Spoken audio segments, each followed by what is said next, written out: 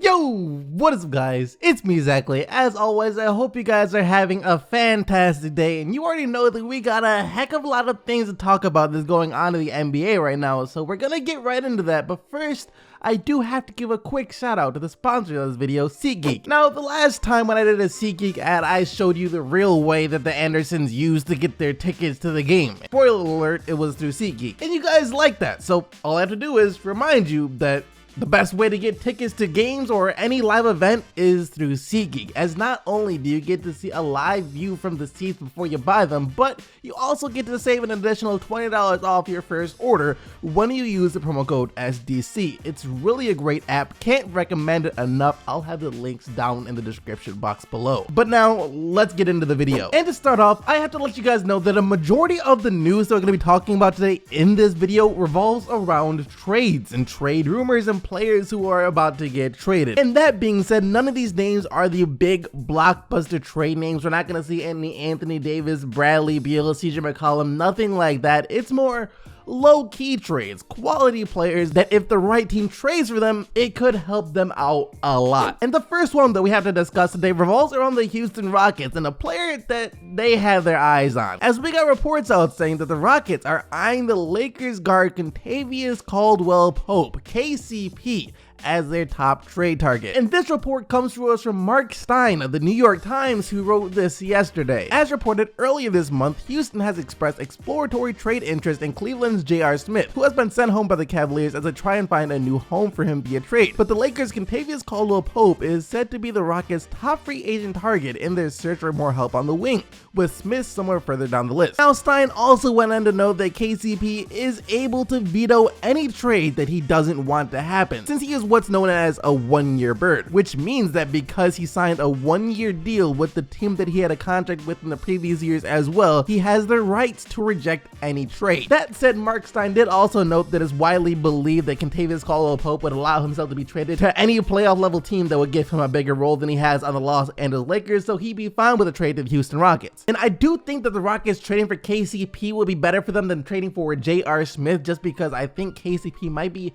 a little better than J.R. Smith, and not only that, but KCP is getting paid less than J.R. Smith, so it makes a lot more sense for the Rockets to be interested in KCP before J.R. Smith. But the real question is, would the Lakers actually trade Kentavious Caldwell-Pope to the Houston Rockets? Now, it's just Kentavious Caldwell-Pope, right? He's not the biggest name out there, but here's the thing, the Houston Rockets are still rivals to the Los Angeles Lakers in the Western Conference. These two teams might end up playing each other in the playoffs, and if the Houston Rockets feel that Kentavious Caldwell-Pope can make them better and maybe get them closer to the level they were at as a team last year, then I don't see the motivation for the Los Angeles Lakers to trade KCP to the Rockets to make the Rockets even better. The next player that we have gotten reports on, though, is Atlanta Hawks forward Kent Bazemore, as reports came out saying that Bazemore is generating trade interest from contending teams who are looking to add a difference maker. And I want to say that this makes a heck of a lot of sense, because it comes right after Trevor Ariza was traded. And Ariza was the guy that a lot of top tier playoff teams, or just teams who feel like they're going to make the playoffs in general, really wanted to trade for, because he's a guy that every playoff team or championship contender team will love to have on their roster. But now that he isn't available anymore, teams are looking at other options, and one of those options is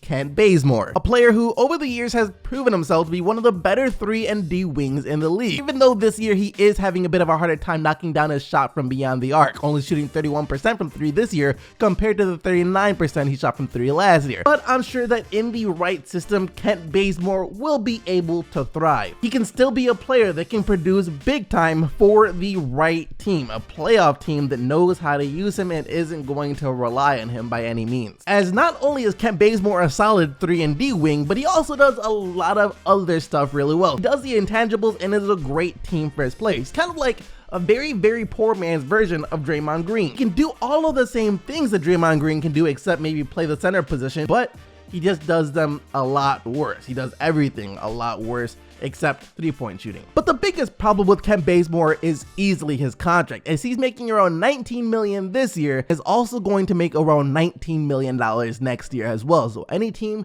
that's interested in trading for Kent Bazemore is gonna have to be willing to shed a decent amount of salary in order to get Kent Bazemore. And the last player that we have to talk about today is Cleveland Cavaliers guard / forward Rodney Hood. And this one is interesting. First of all, he's kind of like KCP in a sense that he can veto any trade that he is involved in as part of the deal with him being on his 1-year qualifying offer they took over the summer from the Cleveland Cavaliers. But even though he can veto any trade, let's be real here, I can't see a situation in which Rodney Hood would veto a trade from the Cleveland Cavaliers to a team that's about to make the playoffs. And even Rodney Hood himself sounds pretty open to the idea of being traded, as when he was talking about it yesterday, this is what he had to say. As of right now, I'm a part of the Cavs. I love playing with this group. Until I get a phone call, I'm going to continue to be locked in with what we've got going on here.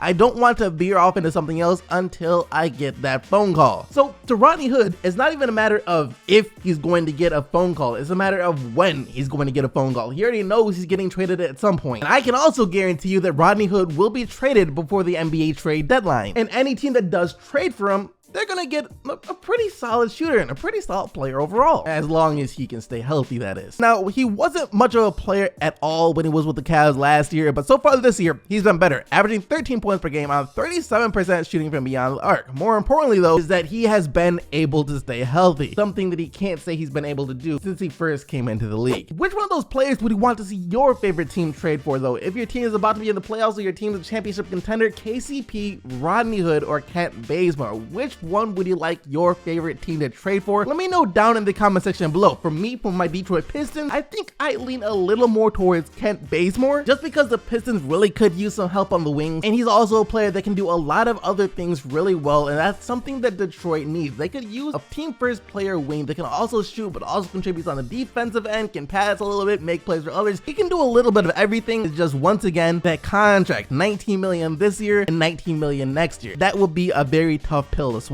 Like I said though, let me know who you'd want down in the comment section below. Next up though, Kelly Oubre Jr., aka the newest member of the Phoenix Suns, as he was included as part of the Trevor Ariza deal, just sent out a message to the rest of the league, as it seems that he feels that now since he's in Phoenix, he'll be able to develop into the player that he never was able to become with the Washington Wizards. Yo, he was doing an interview on the radio yesterday, and here is what Kelly Oubre Jr. had to say. "I'm trying to kill everybody, man, straight up. If you're in my way, you're getting destroyed." Now, Kelly Oubre Jr. has always been a player who has loads of potential, but up until now, he's just kind of fallen into the same boat as players like Justice Winslow or even Stanley Johnson have. Players who, coming out of college, were very hyped up, and we all saw the amount of potential that they had and what they could become. Even up until this point in their careers, they continue to show flashes from time to time of how great they can be, but for one reason or another, they've just never been able to fully unlock their talent or do what they do well on a consistent basis. And maybe now that he's with the Suns and he'll have a lot more opportunities to show what he can do since he's on the Phoenix Suns, Kelly Oubre Jr. can finally develop into the player that we all thought that he was going to be. And for what will actually be our final news story of the day, and this is the one that I found pretty interesting, maybe even the most interesting out of everything we've talked about so far. And that's just because I always wondered what LeBron James would say about the idea of playing alongside Anthony Davis, and whether or not he liked the idea of the Lakers trading for Anthony Davis. I always wondered how would he respond to that.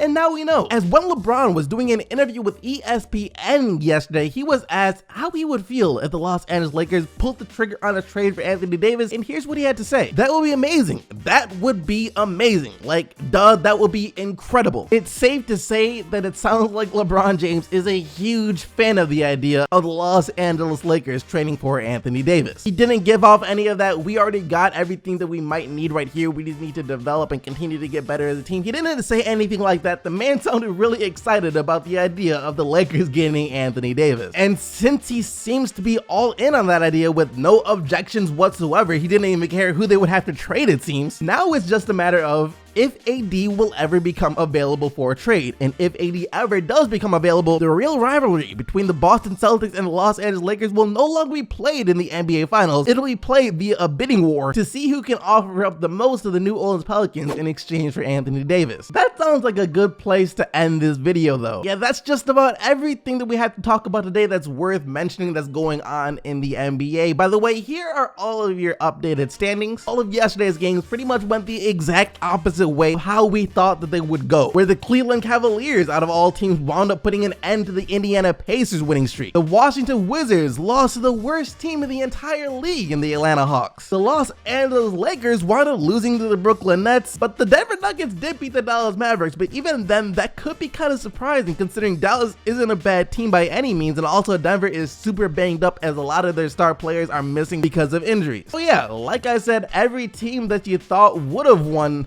didn't. They lost, except Denver. Anyways, that's enough of my talking for one video. Thank you guys for watching. You guys already know that you are the real MVPs, but that being said, until tomorrow, I'm out of here. Peace!